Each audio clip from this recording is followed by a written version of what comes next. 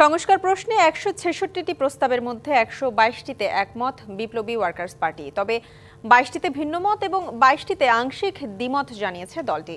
বৃহস্পতিবার সকালে জাতীয় ঐকমত্য কমিশনে নিজেদের মতামত জমা দেয় বিপ্লবী ওয়ার্কার্স পার্টি।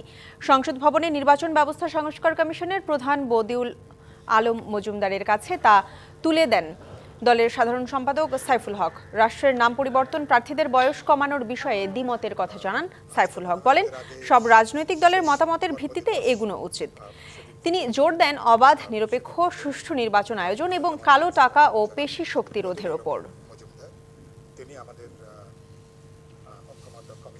১৬৬টা তাদের যে প্রশ্ন ছিল, এর ভেতরে